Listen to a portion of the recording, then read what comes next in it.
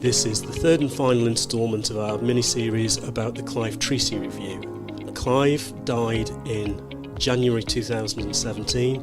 What followed was an extraordinary campaign by his family to have the circumstances about not just his death but his whole life looked into and published. And the Clive Treacey review was eventually published in December 2021. I'm joined today by Beverly Dawkins OBE, Independent Chair of the Review, Hafshir Ali of MLCSU, and a very special guest, Elaine Clark, who's Clive's sister. So the review was published in December, just before Christmas in 2021. And I've got to ask you, Hafshir, reviews are published all the time, so what? That was the question that we were faced with. So we had this review. We'd spent, a year and a half in the making, 52 recommendations against 10 themes. And those recommendations were to national bodies. They were to NHS England. And they were also to all health and care systems in the whole of across the whole of the country. So we had quite a task, and NHS England approached us, having been involved in undertaking the review alongside Beverly, to help them look at how we can implement these findings. And initially, the standard, number one, I should probably say, is often that doesn't happen. Usually, we'll hand the report back to the commissioners of a review, and sometimes, unfortunately, they do get shelved. And the effort to look at how we can make them work doesn't always happen. So, I really commend NHS England that they pushed this out into thinking about how they deliver all those recommendations. But the challenge was, well, so what? Like you say, what do we do with this many recommendations, particularly to organisations that we have no authority, or NHS England had no authority to make them do any of these things. Some of those were Royal Colleges, national bodies like the Resus Council, and of course, as I said, ICSs up and down the country.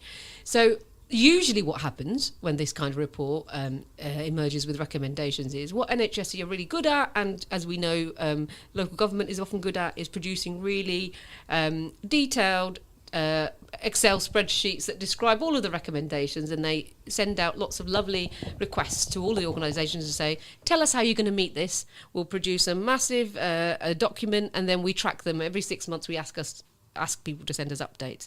Now, we were clear that really wouldn't have the impact that we needed. Yes, we could probably do that, and with a reasonable push, we could probably get organisations to help us. But just delivering on very specific actions in a time-limited way, we figured that isn't really going to cut it. So rather, we went about thinking about how do we start to embark on a conversation with some of those big-ticket organisations. How do we make this a living thing? Absolutely. And make a difference? So what's so different? So I think what was different was a couple of things. Number one, we realised that promoting the report wasn't just about making sure that everyone knew it existed.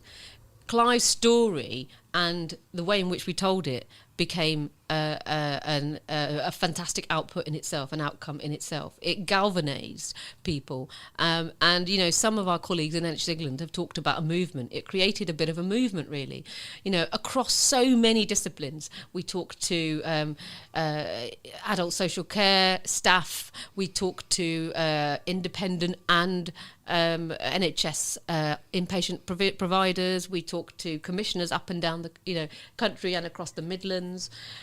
We talked to nurses. We talked to epilepsy specialists. We have been talking to people non-stop since this report was published, and the response has been phenomenal. People have been really taken. Hearts and minds have really been won in terms of this work, and so people have gone away to think about, right, how does this relate to me, from board to ward, if you like, from at all levels. How does this relate to me and what I do, and how can I change that?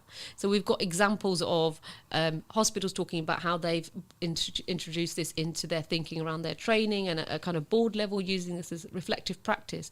To epilepsy nurses, most recently, Elaine and I had the great pleasure of being invited by epilepsy nurses across the Black Country, where we're sitting right now, who'd come together to say, well, actually, what can we do as practitioners on the front line to change the way we work to make life safer and better for people with learning disabilities? So it's been really quite a journey. So Elaine, this report was published just before Christmas. It could have all been a bit anticlimactic, couldn't it? But what was your determination to get from this? You're absolutely right, and that is a feeling felt by the family and not by the want of all of those that, you know, are supporting us to come so far and to, you know, to supported Clive to come this far. You know, from a family point of view, we could have experienced what most families experience, is that the report was published and that is it. So given the timing of the year, a well-required break of all was required. And then in the new year, I think many probably were expecting something, but Asha was very honest about there's no manual for what next. But I was adamant there's going to be a next. So was all involved. We just had to work it out. So that gap created a conscious group. And I don't think any other word could have started that movement, really, because that's exactly what we found, wasn't it? Yeah, absolutely. And I think, you know, going back to what I was saying about, this was more than just as big as it was a number of recommendations, a body of actions that we needed to complete.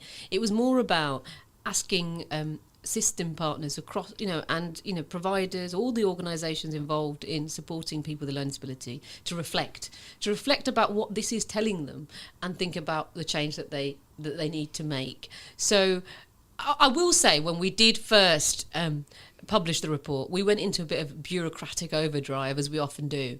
So I, you know, found myself huddled away, you know, it was Christmas, thinking, wow, you know, myself and the regional director for NHS England, we had a kind of heavy, we felt a real heavy burden, actually, to do right by Clive, to do right by Elaine. And we tucked ourselves away and we started to go and meet with all of these very senior people. We were able to draw on linkages through NHS England to meet with, you know, probably very senior people across the organisations that we'd tasked to do stuff, and started conversations with them. We were busily writing out to a meeting with all of the, you know, nationally, the Learning Disability and Autism Programme, Learning Disability Autism senior responsible officers across the Midlands, and doing lots and lots of work. And then come January, Beverly contacted me and said, Havsha, you know, I think that we need to think about how do we get Elaine involved in this? She's just not sure what's next.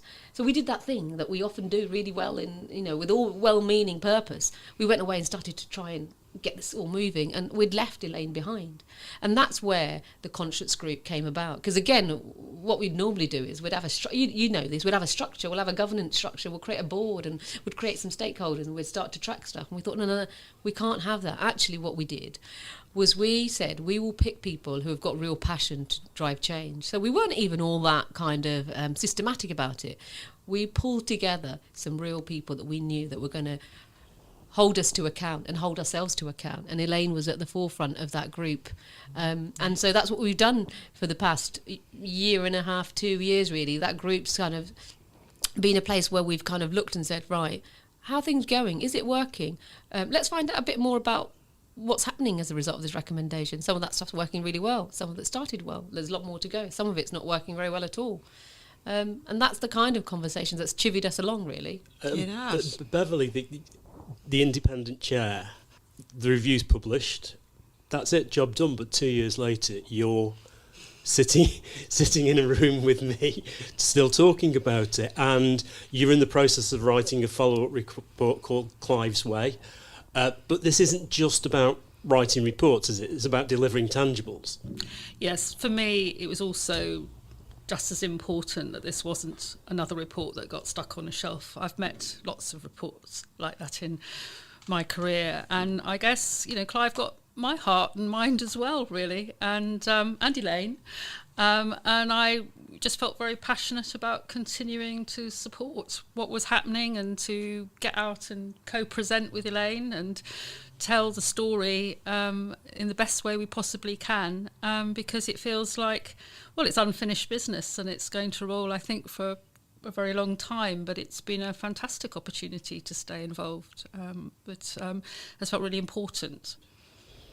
And Clive's Way, what is that aimed at? When will that come out? When will that be published? So it's looking like that will be in the new year around sort of March or April time. ADAS have been tasked to help us with that, and there's going to be a conference. But again, just by virtue of the title, I think you can probably tell that what we're aiming to do is to tell the rest of the story rather than to write a very sort of structured report. And I think what it does is to tell the story of how we have managed to engage people's hearts and minds, and the different ways that people have stepped up and engaged with Clive's story. And to set some challenges for people to continue thinking about Clive's story in the work they're doing with others.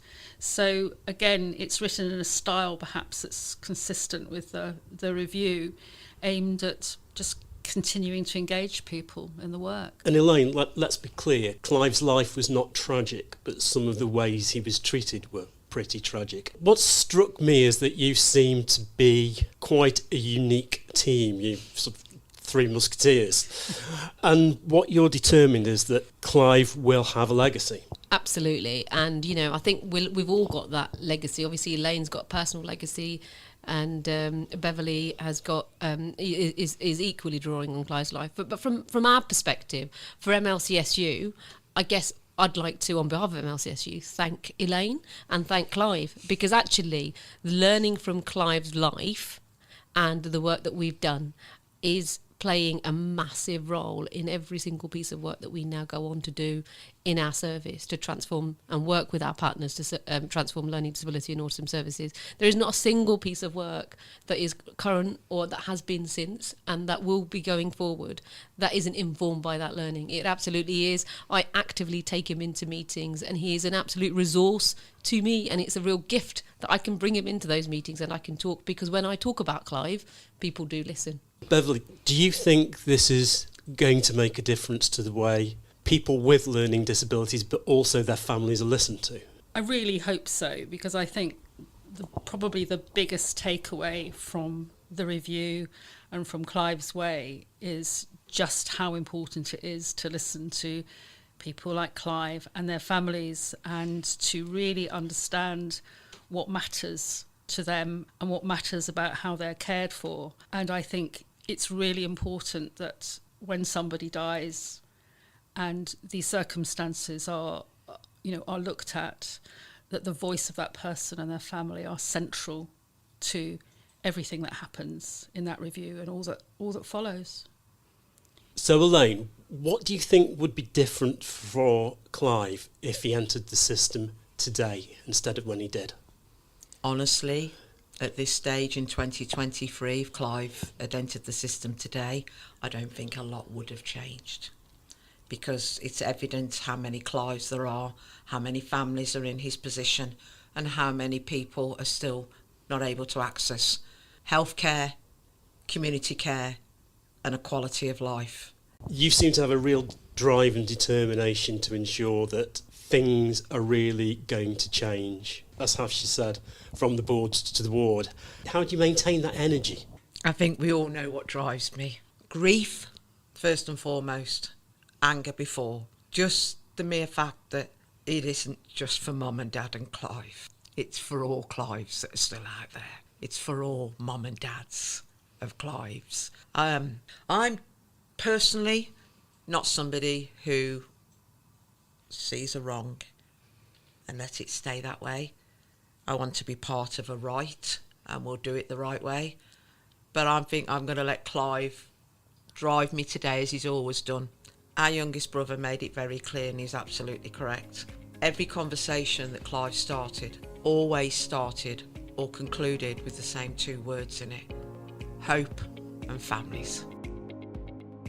If you would like to know more about Midlands and Lancashire Commissioning Support Unit, go to our website mlcsu.co.uk.